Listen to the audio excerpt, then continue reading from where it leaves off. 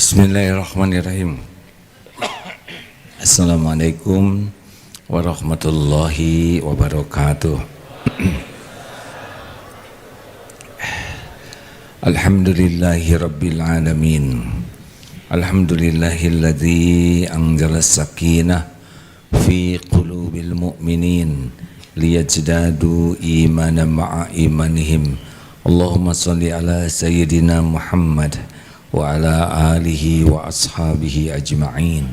Ya Allah, wahai yang maha menatap, berkahi majlis ini, limpahi kami dengan ilmu yang manfaat, ilmu yang menambah hati kami hakul yakin padamu, ilmu yang mengantarkan sisa umur ini sepenuhnya jadi amal soleh. Allahumma a'inna ala dzikrika wa syukrika wa husni ibadatik. Ya Allah, tolonglah kami menjadi hamba yang selalu ingat kepadamu setiap saat, dimanapun, kapanpun, tidak pernah lalai darimu. Tolonglah kami ya Allah, agar menjadi hamba yang selalu bersyukur padamu, dan jadikan sisa umur ini umur yang barokah, umur yang seluruhnya jadi ibadah yang Engkau terima. Taqabbal minna ya karim, innaka antas samiul alim. Rugi kalau tidak doa, karena tidak mungkin pertemuan ini manfaat kecuali Allah menolong. Tidak mungkin pertemuan ini membawa kebaikan kecuali dengan karunia Allah. Wa ma bikum min ni'matin fa minallah. Nikmat apapun yang ada padamu adalah dari Allah. Nomor 49, silakan.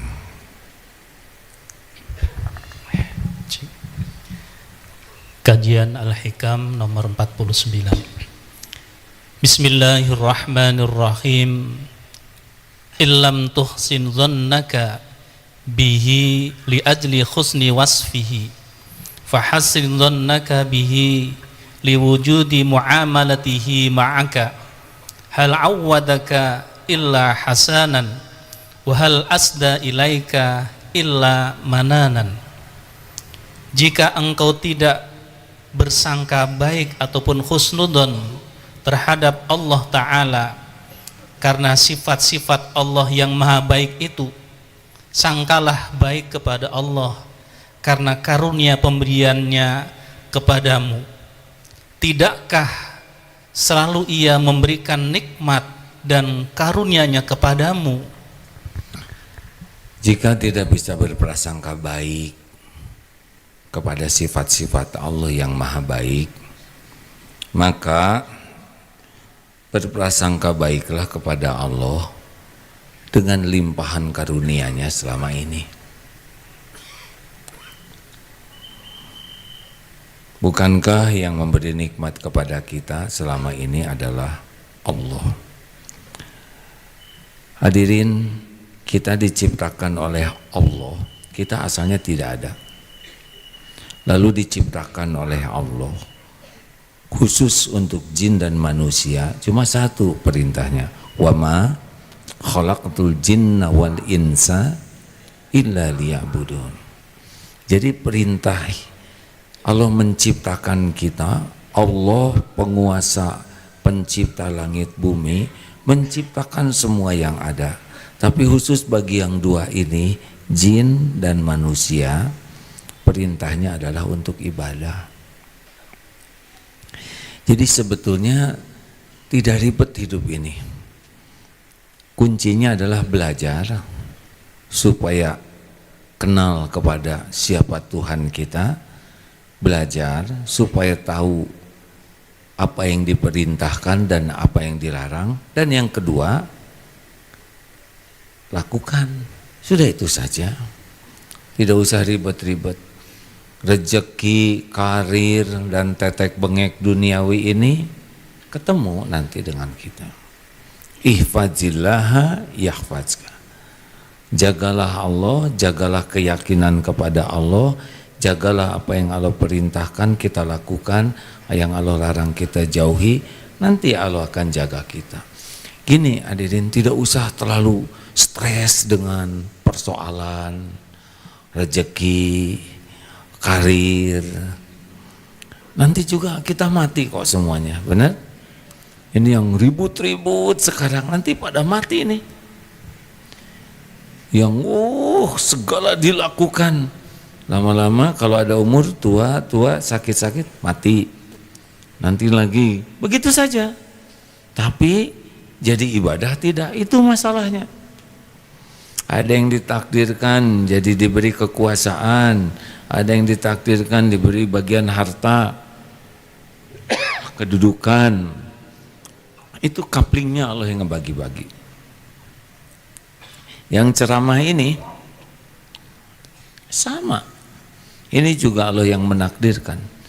Yang ceramah ini yang menciptakan Allah, yang menakdirkan katanya dianggap sebagai ustadz atau apalah, itu Allah juga. Sebagai apa? Sebagai apa? Ujian. Ini tidak selesai, saya akan tua suatu saat, tidak ada di sini nih. Dan ini sama, yang ceramah ini nanti dihisab juga.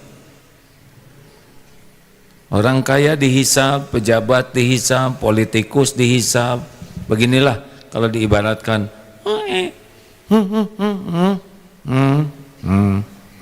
Nah gitu saja. Tanpa bermaksud merendahkan siapapun, saya tinggal di KPAD Geger Kalong dari tahun 72. Ayah dulu tinggal di sana karena seorang prajurit. Dari mulai letnan, terus saya lihat di komplek itu muda-muda, gagah-gagah, rata-rata letnan ya. Letnan 1, letnan 2, letnan 1, lama-lama kapten, mayor, pangkat militer begitu ya. Gagah letnan kolonel, mulai menua, lama-lama banyak berkumpul di masjid karena sudah pensiun.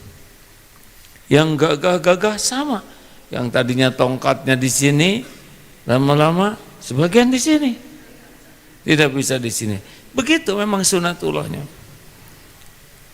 Yang gagah mulai berdiri susah, beruban.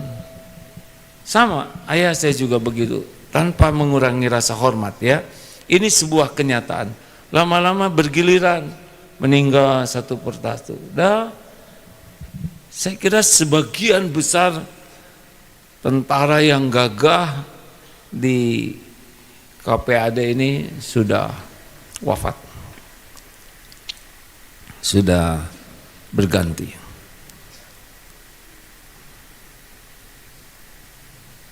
Tinggal kalau sudah wafat, sudah selesai belum urusannya?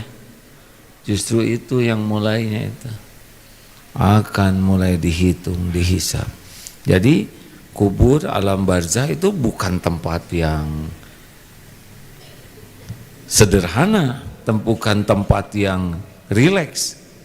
Itu tempat yang berat bagi yang salah menyikapi episode hidup ini.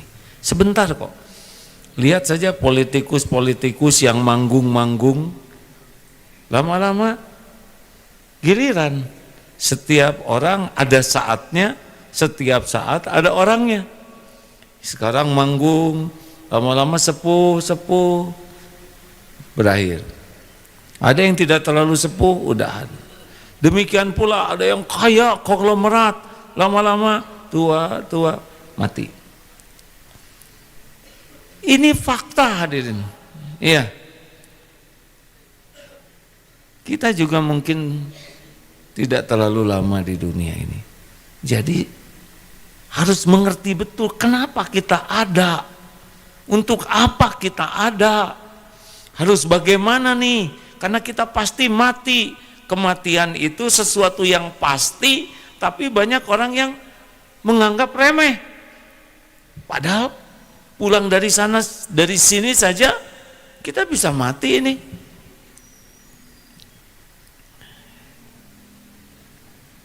Kalau kita paham lebih sederhana lagi, kita ini asalnya tidak ada, kemudian sekarang ada, besok lusa mati. Nah, dikubur kita akan mempertanggungjawabkan, nunggu kiamat, nanti dihitung, dihisab, lalu ada akhirat yang kekal. Sebagian orang tidak sampai ke sana. Sebagian hanya mikir di dunia, uang, pujian, kedudukan, dihormati orang, dikagumi orang. Itu juga tidak bisa lama. Sekarang pintar, punya jabatan, jabatan itu pasti berakhir. Tidak bisa tidak, tidak bisa tidak.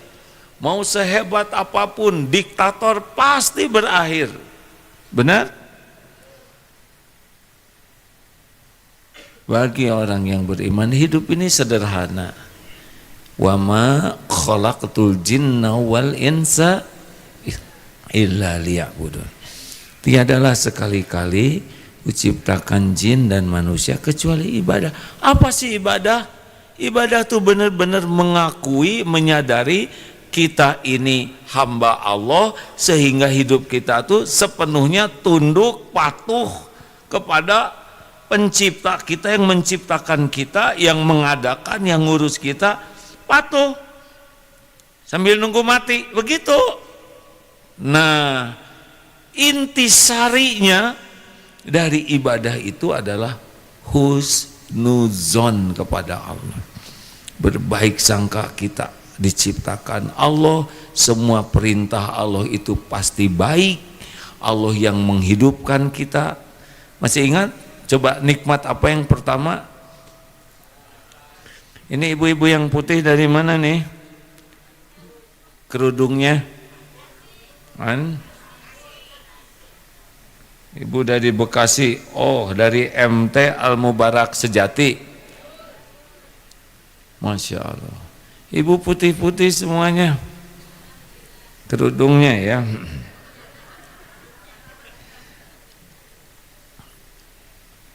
Bu, nikmat apa yang pertama Allah berikan untuk ibu?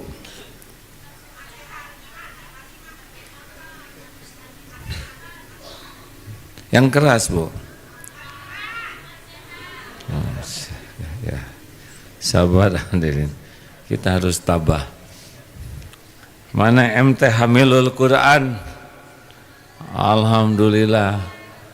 Terima kasih, Bu. Nikmat apa yang pertama Allah berikan buat ibu-ibu dari Bogor? Nikmat sehat. Apalagi? Kok beda-beda? Ya nggak apa-apa. Ya terserah aja. Ya. Santri, nikmat apa yang pertama Allah berikan untuk kita? Nikmat diciptakan. Ibu ada tidak? Kalau tidak diciptakan, ibu ada tidak? Jadi nikmat apa yang pertama diberikan? Ya, bagus. Yang kedua apa, Bu? Saya seharusnya nggak boleh nanya begini, jadi ketahuan nggak tahunya ya. Saya yang salah nih. Tapi agak seneng gitu. Apa nikmat yang kedua, Bu? Apa, Bu? Nikmat iman. Apa santri nikmat yang kedua? Diurus oleh Allah. Maaf ya, Bu. Ya maaf, Bu. Jadi kan pasti saya salah ya kan? Iya, Bu, saya salah ya. Saya minta maaf ya, Bu ya. Saya mengakui kesalahan saya. Dimaafkan, Bu. Gitu ya. Jadi kalau ada saya nggak mau ngomongin. Tidak boleh. Kalau lelaki salah, istri marah. Ini salah nih, maaf. Benar nggak begitu, Bu? Kalau lelaki suami salah, istri marah, betul, Bu? Terus suami mengaku salah, ibu gimana? Terus suami minta maaf, terus ibu gimana? Memaafkan, Bu? Reda enggak? Nah, kalau istri salah, yang marah siapa? Istri lagi ya, ya. Terus yang salah siapa? Suami, benar. Lalu suami harus bagaimana? Ngaku salah, terus minta maaf, baru damai gitu. Ternyata bukan dengan suami juga tetap salah. Apa nikmat yang kedua? Oh, habis Ustadz nggak ngajarin. Saya salah, saya minta maaf. Damai Bu. Astagfirullah. Ini ada udang di balik batu. Begini, nikmat yang kedua adalah kita diurus oleh Allah. Karena kita tidak bisa mengurus diri kita sendiri. Bagaimana kita mengurus diri, tahu juga tidak. Sekarang ada yang kurang tidak? Allah mengurus kita selama puluhan tahun ini. Jawab. Han? Pernah nggak dikasih makan? Nggak dikasih minum? Nggak dikasih oksigen? Nggak diurus oleh Allah? Pernah tidak? Digeletakin aja gitu oleh Allah, nggak diurus, kan? Jawab. Kalau kita belum sanggup berhusnuzon Allah Maha Baik, kesini rutenya. Ibu sudah makan belum Bu? Saya mohon maaf ya Bu, kami belum menyediakan makanan. Bu, pasti sudahlah. Kita jalan menuju makanan dan berbagai makanan mendekat ke kita, mana yang lebih hebat? Kita mendekati makanan atau makanan mendekati kita? Jawab.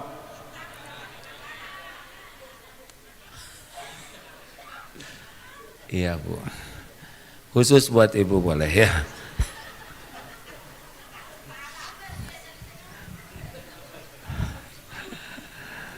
Ujian. Sebetulnya kajian Al-Hikam ini Bu jarang ada ketawanya Bu. Tapi Ibu lucu pisan, jadi saya ceramahnya kurang fokus nih. Begini, terserah Ibu aja ya. Jadi aslinya coba lihat makanan. Ini benar-benar ya. Mau makan nasi, kita nggak nanam sendiri. Oleh Allah ditakdirkan ada petani yang menanam, ada yang mengetam, ada yang numbuk jalan, ada ke pasar sampai ke sini masuk ke piring kita. Itu lama prosesnya. Belum lagi ikan dari mana, dari ibu ikan hamil melahirkan, ditangkap oleh pelaut terus sampai ke piring. Belum lagi ada sambal, ada macam-macam. Demi Allah itu rumit sekali. Beda kita dengan binatang. Binatang itu apa ada yang kita dimasak dulu. Ada garam dari laut mana, ada terasi dari udangnya dari samudra mana, ngumpul di piring kita. Sebagian orang tidak menyadari bahwa itu Allah yang mengumpulkan. Hanya tinggal nyolek, kurang manis, kurang asin, kurang pedas, aslinya kurang ajar. Enggak ingat Allah. Jadi kalau dari makan udah enggak ingat Allah, bercermin enggak ingat Allah, punya pakaian enggak ingat Allah, sudah kalau sudah begini hidupnya seperti yang tadi diceritakan, riwe aja dengan dunia, bertengkar, marah, ini rebutan makanan, rebutan warisan, sikut-sikutan, punya karis, mati dah, mati semuanya yang ribut itu. Sebetulnya nggak begitu. Hidup ini lebih simpel. Harus diawali dengan senang belajar agama, senang mencari ilmu. Karena iman itu pasti ilmu. Man yuridillahu bihi khairan yufaqihu fid din. Barang siapa ini orang bakal benar, bakal baik, bakal sukses dunia akhirat insyaallah.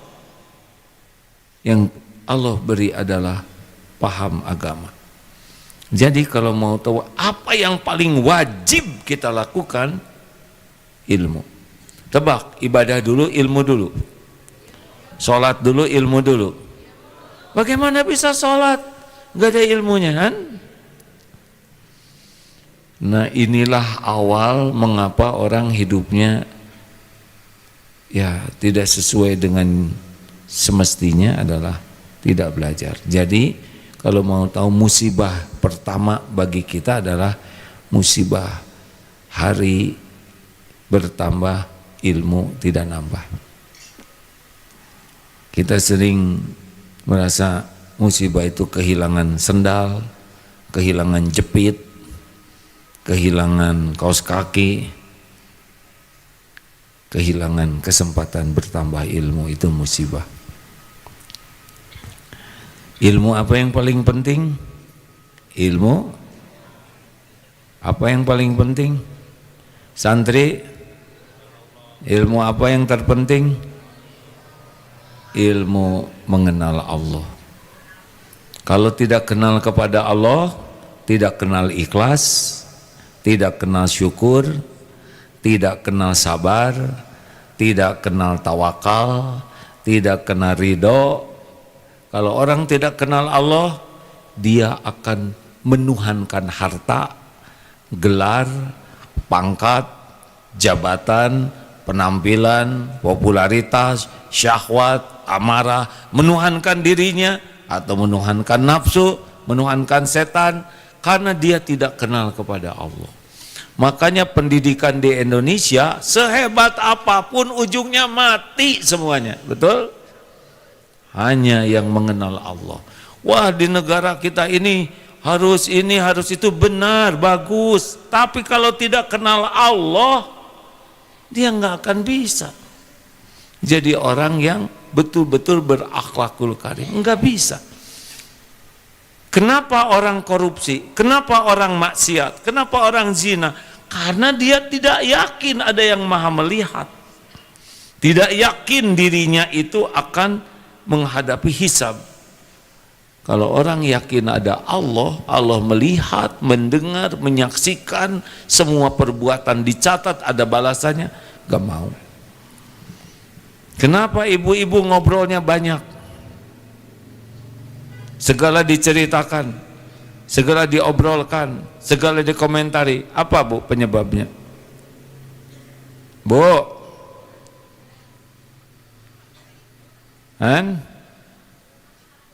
Karena kurang iman. Oh, jangan menghina saya, saya iman kuat. Ya. Orang iman kuat itu cirinya cuma dua Bu kalau dalam berbicara. Sudah tahu ini ibu-ibu yang imannya kuat, cirinya cuma dua kalau bicara. Falyaqul khairan aw liyasmut, berkata baik atau diam. Jadi boleh bicara banyak tapi semuanya baik. Kalau sudah banyak perkataan sia-sia, perkataan maksiat, ciri-ciri kurang iman.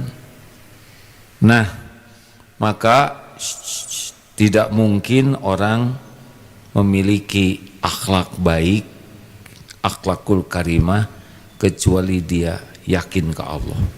Yakin ke Allah, syariatnya harus dengan belajar. Makanya kalau Indonesia ini tidak serius belajar tauhid, susah. Siapa aja nanti, ya pasti dunia saja yang dicari. Rebutan, sikut-sikutan. Ada, nauzubillah, ditangkap anak seorang gubernur, mantan gubernur, anaknya ditangkap dengan yang menyuapnya. Harusnya 3 yang ditangkap, anaknya, gubernur, dan yang menyuap. Tapi gubernurnya nggak bisa ditangkap karena keburu meninggal. Dibawa kemana itu hasil pencuriannya, korupsinya? Dibawa mati.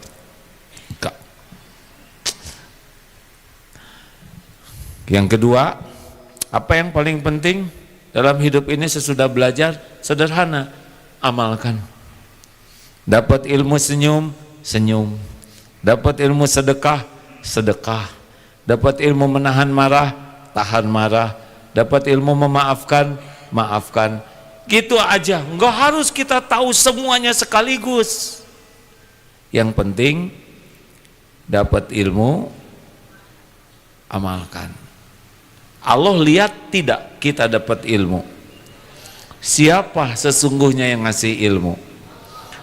Allah. Allah lihat tidak kita mengamalkan? Lihat tidak? Senang tidak? Walladzina jahadu fina lanahdiyannahum subulana. Dan orang-orang yang bersungguh-sungguh mencari keridhaan Allah, dia belajar, dia dapat ilmu, dia amalkan, nanti Allah yang menuntun. Tiap di antara kita tuh beda-beda kapasitas intelektualnya, waktunya, kesibukannya. Allah tahu semua ini. Ada yang ngurus orang tuanya sibuk, ada yang kerja, dagang sibuk. Tapi di balik kesibukannya ini belajar. Dapat ilmu, sholat tepat waktu, dia sholat tepat waktu. Tidak banyak ilmunya. Allah lihat. Bandingkan dengan yang belajar terus, tapi tidak diamalkan. Mana yang Allah sukai kira-kira? Banyaknya ilmu atau banyaknya amal? Innallaha la yanzuru ila suwarikum wa amwalikum walakin yanzuru ila qulubikum wa amalikum. Nambah ilmu itu harusnya makin bersih hatinya dan makin nyata amalnya. Gak apa-apa ilmu kita dikit, tapi jadi bersih hati, jadi amal. Nanti Allah membimbing. Udah janji Allah begitu. Nanti kita akan ketemu dengan ini, dapat ilmu ini, amalkan lagi. Tapi dengan syarat nyari ilmunya niatnya benar dan mengamalkannya niatnya juga ibadah. Jadi nyari ilmu itu adalah ibadah, mengamalkannya adalah ibadah. Lalu bagaimana tentang rezeki? Nanti ketemu. Rezeki kita nggak akan kemana-mana, nggak akan kemana-mana sama sekali. Nah, ini kan ada bagian masing-masing, tidak sama ini. Toko teman saya ini nggak sholat banyak, sama itu ujian. Nggak usah aneh ya. Nih teman-teman, rekan-rekan sekalian, para sahabat, nggak usah aneh sama sekali lihat kaya, sedang, berpangkat, jabatan, gelar. Nggak usah aneh, biasa saja. Karena itu Allah yang menetapkan. Jadi nggak usah kita kagum. Wah itu kaya raya, nggak usah kagum sama sekali. Itu Allah aja mau ngasih gitu. Wah itu karirnya melesat, nggak usah kagum. Yang mengagumkan itu yang takwa, yang yakin ke Allah, yang hidupnya benar-benar mengamalkan yang Allah sukai. Pasti akhlaknya mulia, itu yang mengagumkan. Sama, nggak akan semuanya dibikin kaya. Ada yang kaya, ada yang miskin. Coba kalau semuanya ditakdirkan kaya oleh Allah, mudah tidak? Tuh kan nggak jawab. Kalau Allah ini misalkan semua yang ada di Bandung atau Jawa Barat, Indonesia aja lah, setiap orang Indonesia dikasih oleh Allah, setiap orang ya, kan ada sekitar 270 juta, dikasih aja masing, berapa kira-kira Bu? Maunya dikasih berapa? Tuh udah bingung, ha? Ibu mau berapa? Atulah ngalamun aja nggak bisa, ayo. Mau berapa? Satu teh itu apa? Teko, Yang rada kebayang atuh hadirin, satu teh tidak, kita juga nggak ngerti ya. 10 miliar atau 100 miliar? Bu kira-kira mau berapa Bu? Mumpung ngelamun. Atau 100 ribu? Oh ini nggak mau langsung. 100 juta, 100 miliar. Oke, semua orang Indonesia misal ya, Allah Maha Kaya takdirkan dapat 100 miliar per orang. Kira-kira bakal bahagia tidak? Hah? Yakin suami ibu rambutnya trondol. Kenapa? Karena gunting sendiri. Tukang cukur nggak ada yang mau. Di sini sampah numpuk. Kenapa? Nggak ada pemungut sampah. tim kebersihan. Ibu kepaksa, ada tukang sayur tidak? Ada kalau semua udah kaya? Nggak ada. Saya daripada jadi tukang sayur mendingan punya kebun sendiri.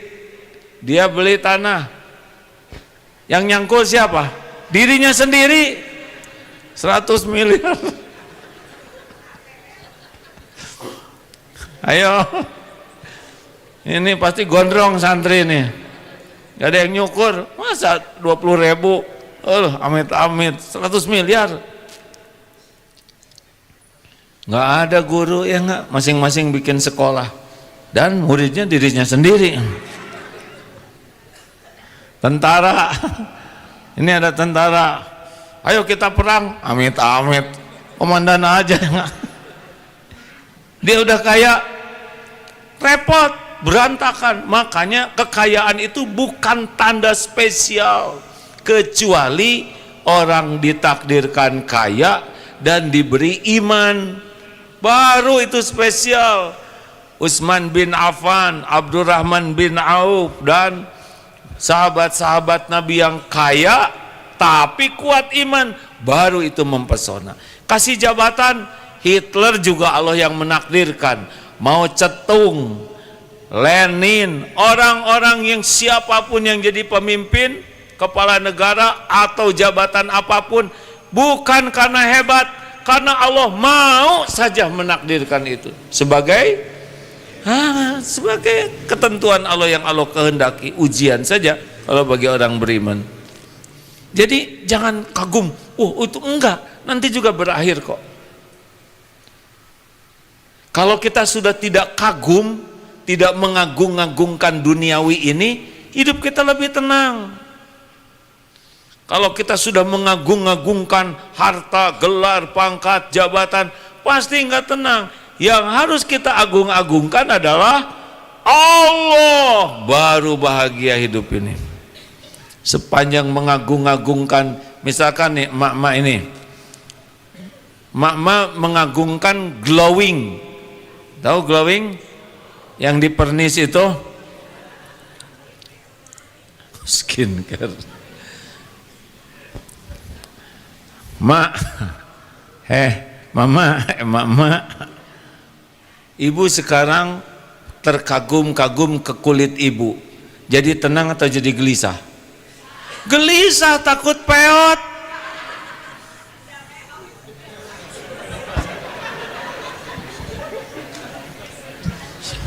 Maaf ya Bu, kenapa ibu nggak gelisah? Enggak? Dari suaranya kita udah paham ya kan? Kenapa ibu nggak gelisah tentang peot ini Bu?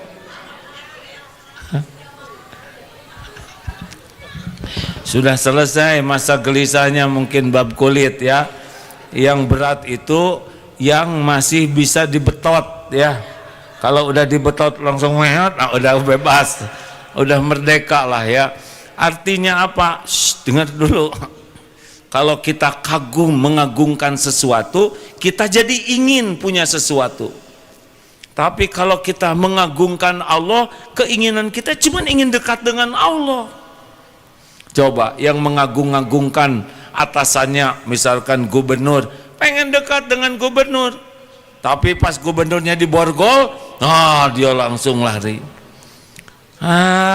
Hidup mah nggak usah ngoyok sama dunia.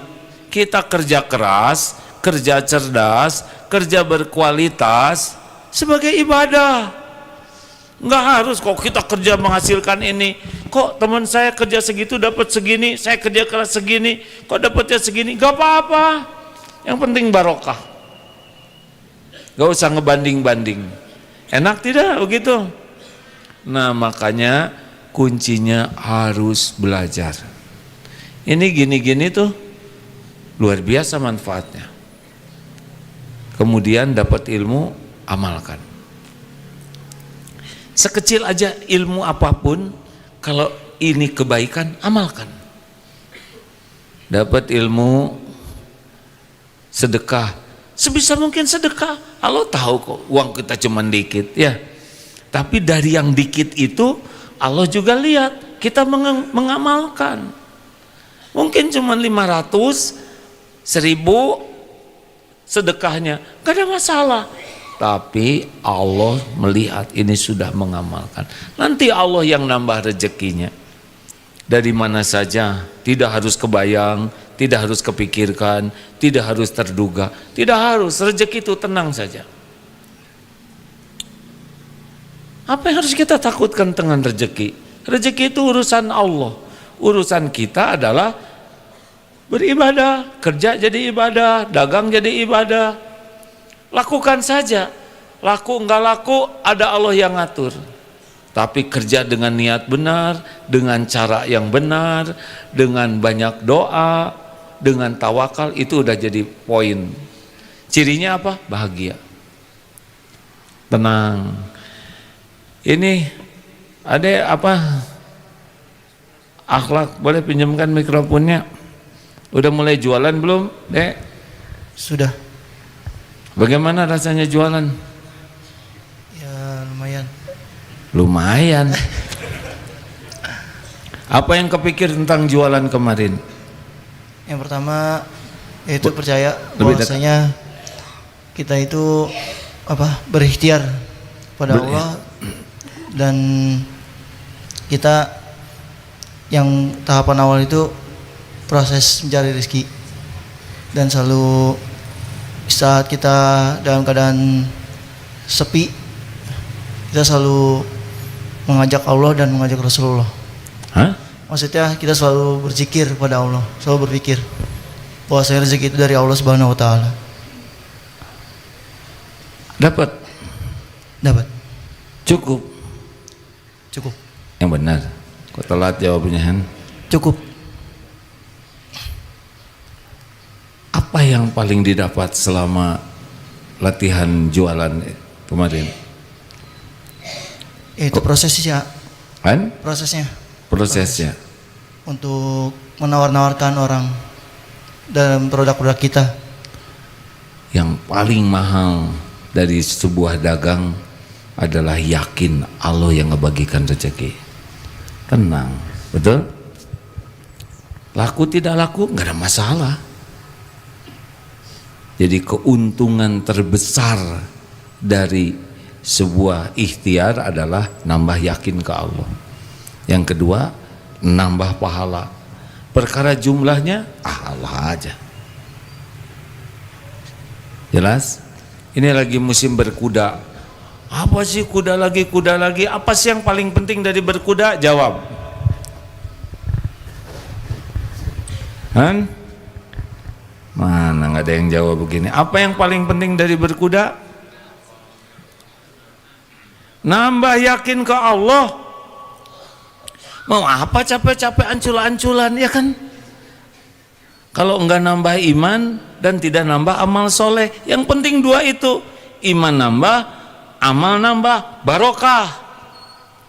Kalau hanya sekedar bisa jago berkuda, Allah itu jenggo-jenggo juga Abu Jahal jago berkuda, ya kan? Berapa banyak orang-orang Mongol menyerbu juga pasukan berkuda. Jadi aktivitas kita tuh akan jadi ibadah yang berkualitas kalau dua hal ujungnya. Iman nambah, apalagi amal nambah gitu. Jadi bisnis itu harus jadi nambah yakin dan jadi nambah amal solehnya. Rumah tangga juga begitu. Rumah tangga yang bekal bahagia itu adalah yang dengan rumah tangga imannya makin kuat, amalnya bertambah, baru bahagia. Kalau hanya nambah mobil, nambah kursi baru, nambah itu penjahat juga dikasih, bener? Han? Halo? Nah, ini penting nih. Ayo teman-teman, ini di Darut Tauhid Santri Karya. Mau apa ke sini? Mau meniti karir, kurar karir.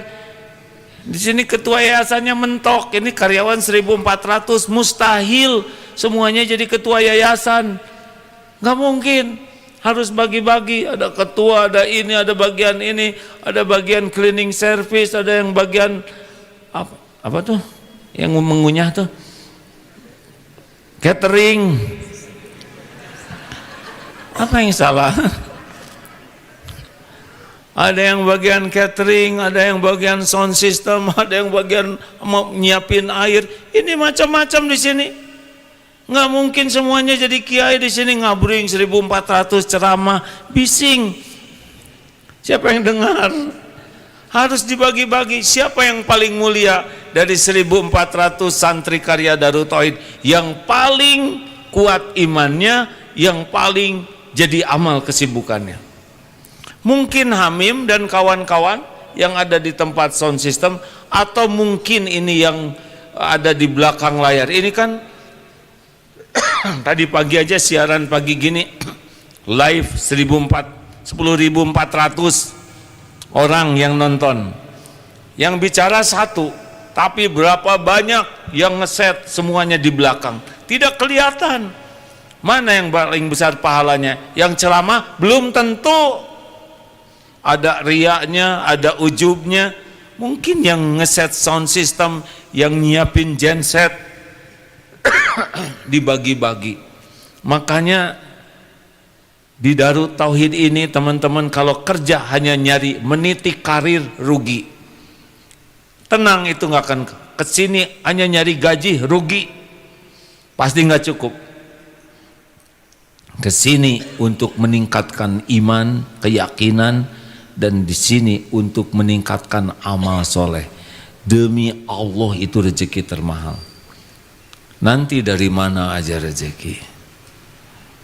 Tapi harga tanah mahal. Dengar ya, berapapun harga tanah, yang penting kebeli. Betul ya?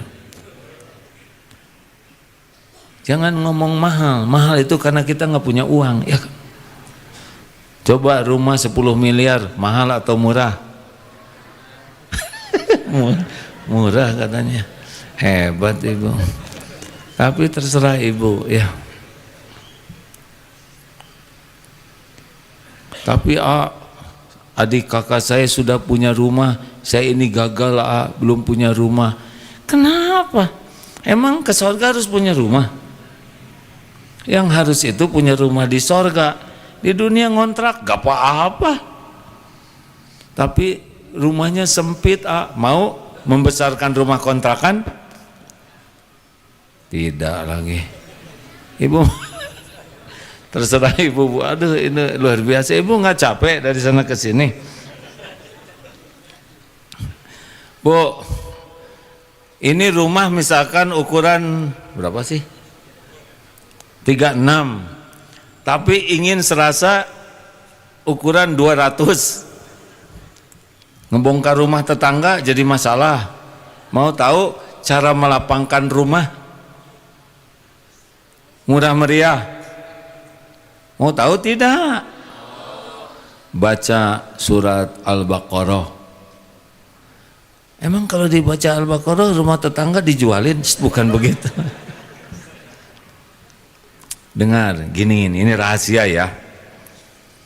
Kenapa surat Al-Baqarah? Karena jelas dalilnya. Kalau dibacakan surat Al-Baqarah, jin pergi, setan kabur, tidak akan masuk.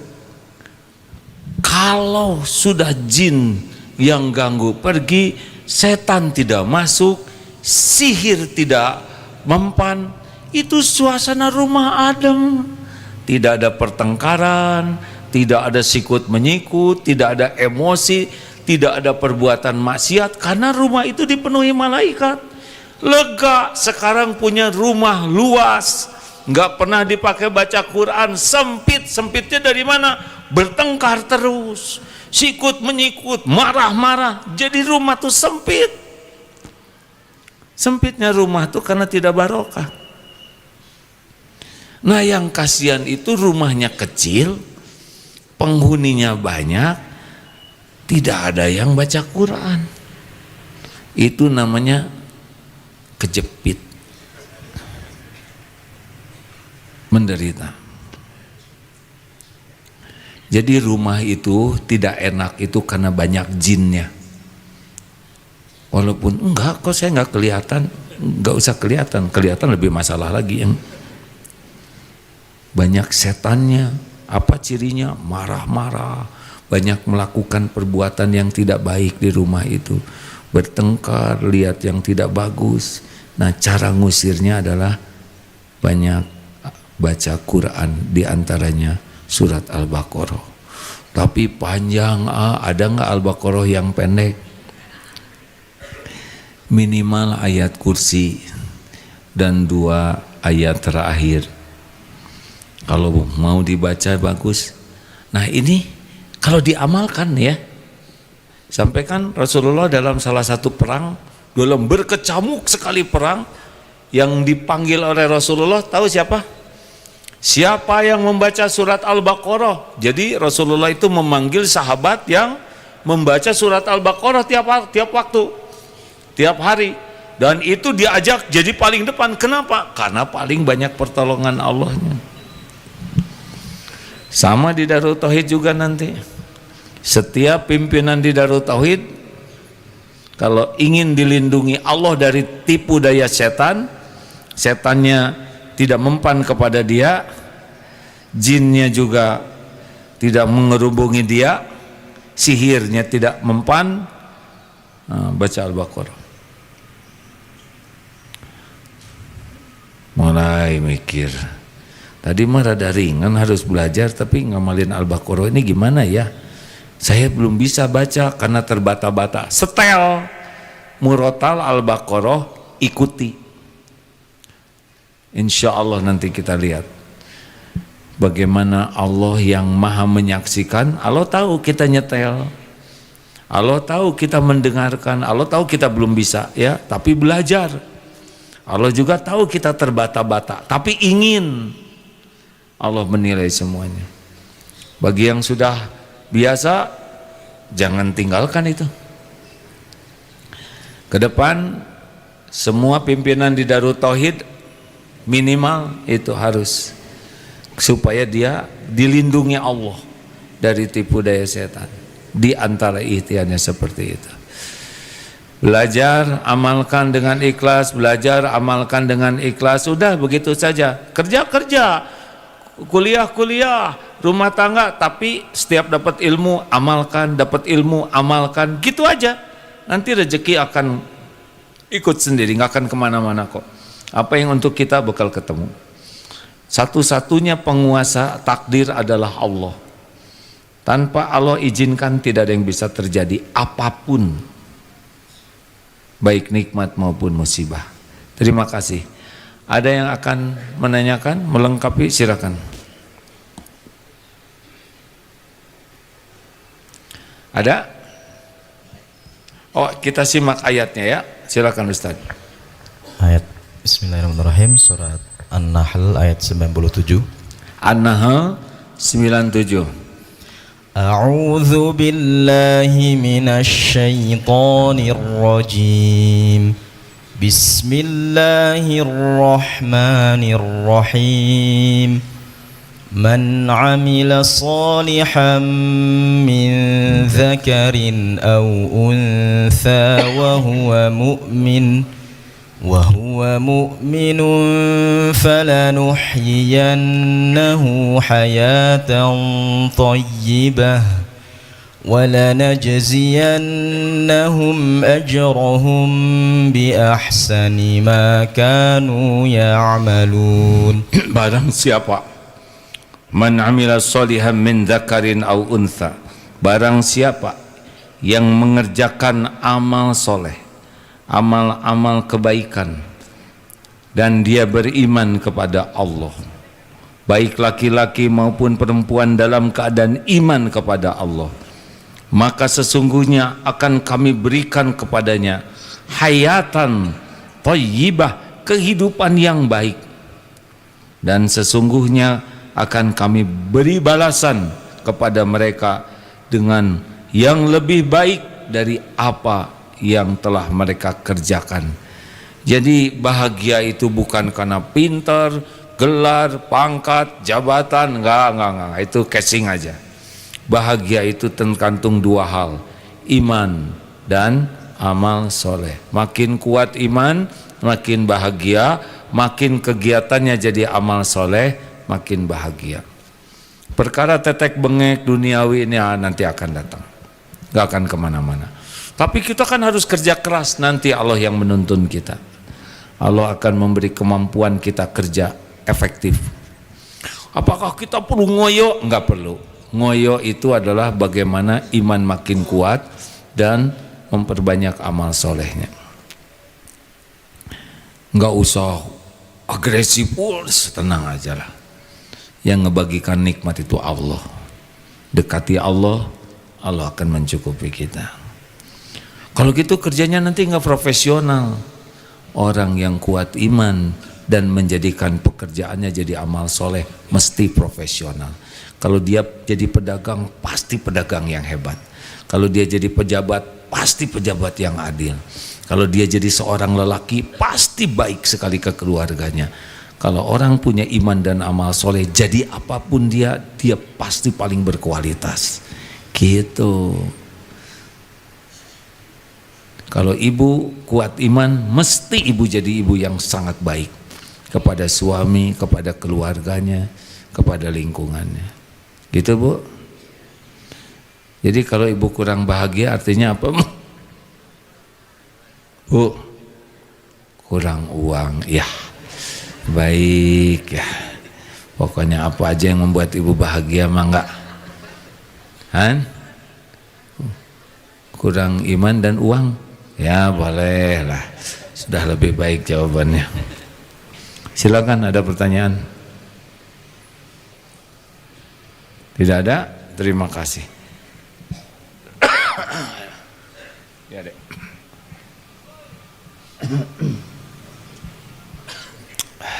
Maaf ya. Assalamualaikum warahmatullahi wabarakatuh. Waalaikumsalam warahmatullahi wabarakatuh. Perkenalan nama saya Raihan. Saya ingin bertanya untuk ini mungkin ibadah itu apakah bisa dirusak, misalnya seperti ini, bila kita melakukan suatu ibadah tiba-tiba ada orang yang melihat, yang memuji itu apakah nanti ulangi gimana? Jika kita sedang beribadah, misalnya beribadah dalam bentuk apa? Macam-macam, ya bisa sholat, bisa mungkin sholawat atau malah zikir aja. Iya. Tapi apabila misalnya kita dipuji gitu, awalnya kita beribadahnya secara ikhlas. Kemudian bila dipuji ada setitik rasa bangga gitu, misalnya apakah itu akan merusak amalan ibadahnya? Oh hebat kalau setitik deh. Mungkin lebih banyak mungkin ya. Kalau hanya setitik ujub mah udah super ya nggak? 5 titik juga udah masih bagus, biasanya ngejeblok. Gini ya, kita sedang ibadah, sholat atau mengamalkan amal soleh, tiba-tiba ada yang muji, tebak orang muji kita izin Allah atau bukan? Sebagai apa? Ujian. Jadi kalau ada yang muji, ingat aja, ini ujian. Harus bagaimana kira-kira? Mim? Halo, ya. Kalau ada ujian ya kita berarti harus justru mengingat kembali ke Allah bahwa itu. Nah, goal dari semua ujian ini, baik yang tidak kita harapkan maupun yang kita inginkan, itu goalnya adalah kembali ke Allah. Jadi ketika dipuji, oh Kang rajin tahajud nih, terus jadi nggak ikhlas dong, mending tidur. Allah suka tidak? Tidak. Ya sudah, weh Kang ahli tahajud, amin, doakan sing istiqomah, alhamdulillah, selesai. Nanti kalau ada yang menghina, izin Allah atau bukan? Izin Allah. Ria lo, tahajud gitu aja 2 rakaat pakai diposting. Gimana? Ujian juga. Ujian, jawabannya gimana? Ya. Apalagi kamu nggak pernah tahajud gitu. Nggak boleh. Nggak gitu. Jadi masalah itu kalau diuji dengan yang cocok dan tidak cocok, tidak kembali ke Allah, itu awal masalahnya. Jadi misalkan ada yang mengatakan sesuatu nggak enak ke kita, kita akan tidak enak. Kita akan tidak enak kalau fokus kita ke dia. Tapi kita akan bisa lebih baik ketika meyakini ini menghina biiznillah, pasti ada maksud Allah. Baik atau buruk? Jawab. Baik. Nggak ada yang nggak baik dari Allah tuh. Yang tidak baik itu salah menyikapi. Misal ya, dijawab, heh monyet lo. Kalau mendengar suara dia, merasa dia menghina kita, jatuhnya sakit. Tapi ketika mendengar suara dia, ini ujian dari Allah. Harus bagaimana? Wa idza khatabahumul jahiluna qalu salama. Ini kesempatan. Assalamualaikum. Monyet lu? Bukan. Assalamualaikum. Aslinya sih jengkel, dongkol. Tapi dongkol akan jadi kelakuan buruk kalau fokus ke dia. Fokusnya Allah. Gitu. Bu, kalau suami lagi bersikap kurang baik ke ibu, gimana sikap ibu?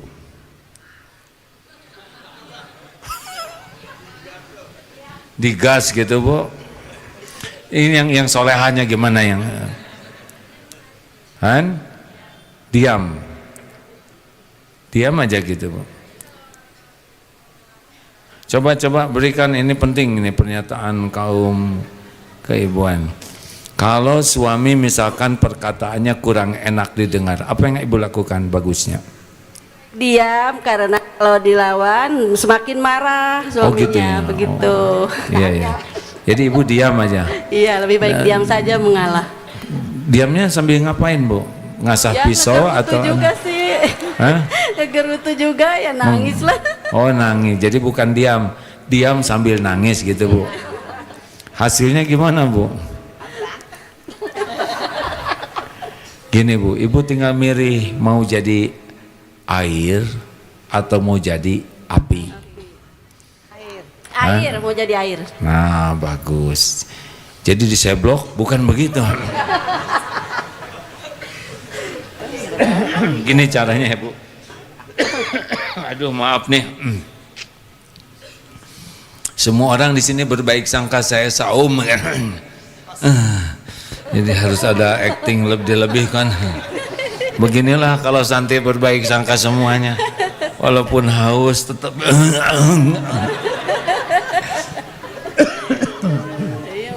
Enggak apa-apa, minum aja sendiri.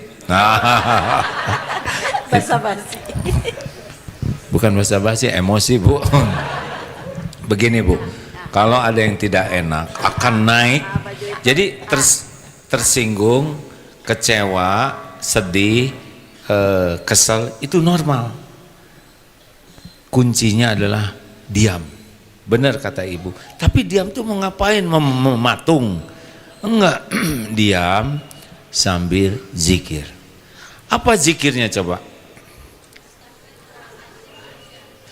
Astagfirullahaladzim. Itu benar bu, tapi ada nada itu menentukan ibu tobat atau ngamuk, ya kan? Ngamuk. Ibu ditahan dulu yang bagian ini ya, biar saya dulu yang menyelesaikan ya bu ya, jangan bikin saya emosi. Nah, bu begini, diam. Kenapa? Karena perintah Rasulullah. Kalau ada sesuatu tahan, diam. Yang nggak enak diam.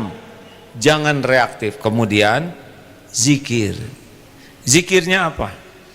Kalau menganggap musibah ini ujian dari Allah, maka ketika, wah kamu ini gimana begini-begini, di hati itu innalillah wa inna ilaihi rajiun. Ini ujian, izin Allah untuk saya. Apa yang kedua? Qaddarullah wa ma syaa fa'al. Ini takdir Allah nih. Saya dapat kemarahan ini, dapat kata-kata yang gak enak ini, saya ridho ya Allah dengan ujian ini. Yang itu ngomong terus ya, kita punya kesibukan berbeda. Zikir, ya Allah ini terjadi dengan izinmu, saya ridho dengan ujian ini. Lalu yang ketiga zikirnya apa? Telat. Oh tumpah di sini punten ya, maaf ya. Yang ketiga zikirnya istighfar. Astagfirullah ya Allah, pelan loh. Ini pasti karena dosa-dosa saya terjadi ini. Astagfirullah. Kita nunggu, ayo dong jawab. Insya Allah Pak, saya sedang merenungkan. Ampun ya Allah, pasti ini buah dari dosa saya. Kalau masih nyel, apa wiridnya? A'udzubillahi minasyaitonirrajim. Pelan. Ya, itu kuncinya pelan. Karena kalau keras beda lagi. A'udzubillahi minasyaitonirrajim. Nah, sudah masalah baru. Ini teorinya sederhana, tapi kalau dipraktekkan luar biasa. Karena masalah kita itu seperti botol soda, sedikit saja dikocok, meletus. Maka kuncinya al-hilm dan al-anah. Al-hilm itu kemampuan kita mampu nih ngambek tapi ditahan. Dan al-anah kemampuan tidak tergesa-gesa mengambil keputusan. Terima kasih. Terima kasih, cukup ya. Ada lagi yang mau dibacakan Ustaz? Cukup, terima kasih. Intinya mau berbaik sangka ke Allah tergantung ilmu. Kalau nggak kenal Allah tidak bisa baik sangka.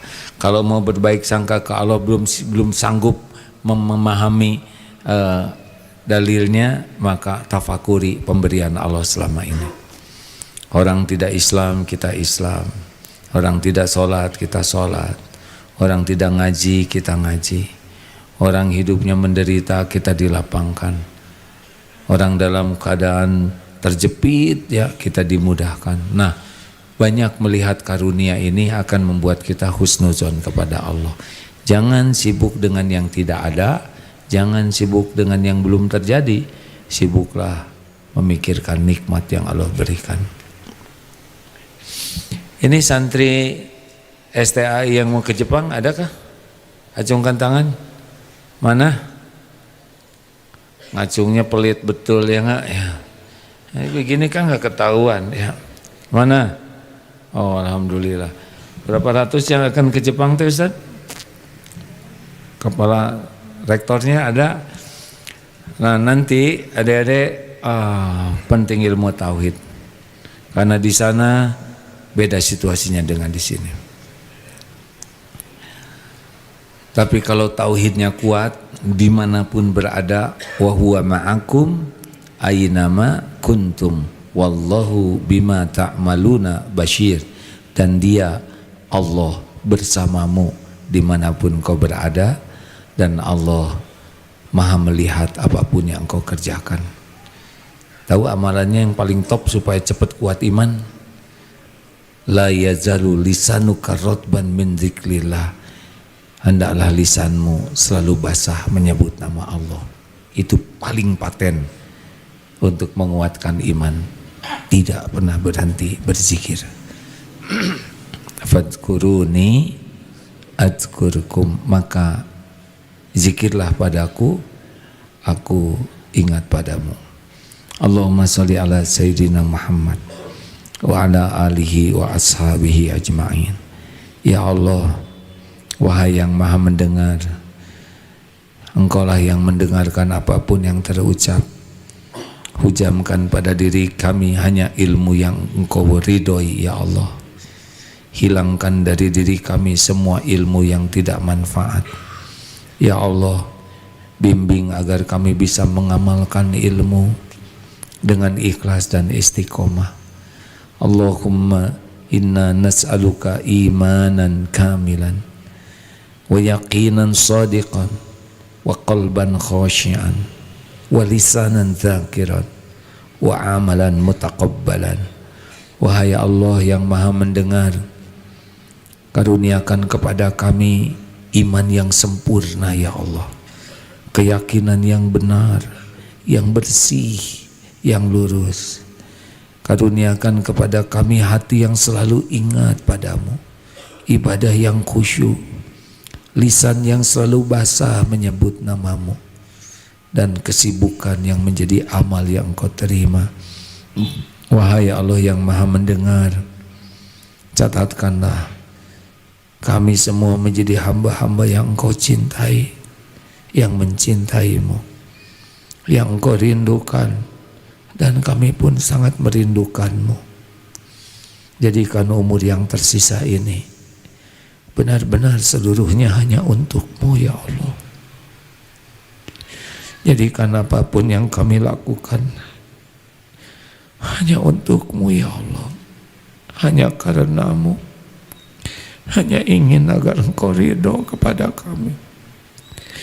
Jadikan apapun yang kami lakukan bisa menjadi bekal husnul khotimah, bekal pulang kami kepadamu ya Allah. Jangan biarkan duniawi ini tampak indah dalam pandangan kami. Titipkan kepada kami dunia yang bisa menguatkan iman, dunia yang menambah amal kami ya Rob. Jangan biarkan kami bersandar kepada siapapun selain cukupkan hati ini berharap hanya darimu. Putuskan harapan kami dari siapapun selain hanya Engkau. Jangan biarkan kami dicekam takut ya Allah, selain takut jauh darimu. Takut Engkau murka, takut tidak bisa pulang kepadamu ya Allah. Istiqomahkan kami ya Karim. Rabbana la tuzigh qulubana ba'da idh hadaitana wa hab lana min ladunka rahmah innaka antal wahhab. Jangan cabut nikmat iman ini ya Rabb. Jangan cabut keislaman kami ini. Ya muqallibal qulub, tsabbit qulubana ala dinik. Allahumma rzuqna al-istiqamah, Allahumma rzuqna al-husnal khatimah. Rabbana atina fid dunya hasanah wa fil akhirati hasanah wa qina adzabannar. Subhana rabbika rabbil izzati amma yasifun. Wassalamun alal mursalin walhamdulillahi rabbil alamin. Allah maha mendengar, malaikat pasti mencatat. Tempat yang kita duduki ini akan bersaksi, mikrofon ini pun akan bersaksi. Tidak ada satupun yang luput. Terima kasih. Subhanakallahumma bihamdik, asyhadu alla ilaha illa anta, astaghfiruka wa atubu ilaik. Assalamualaikum warahmatullahi wabarakatuh.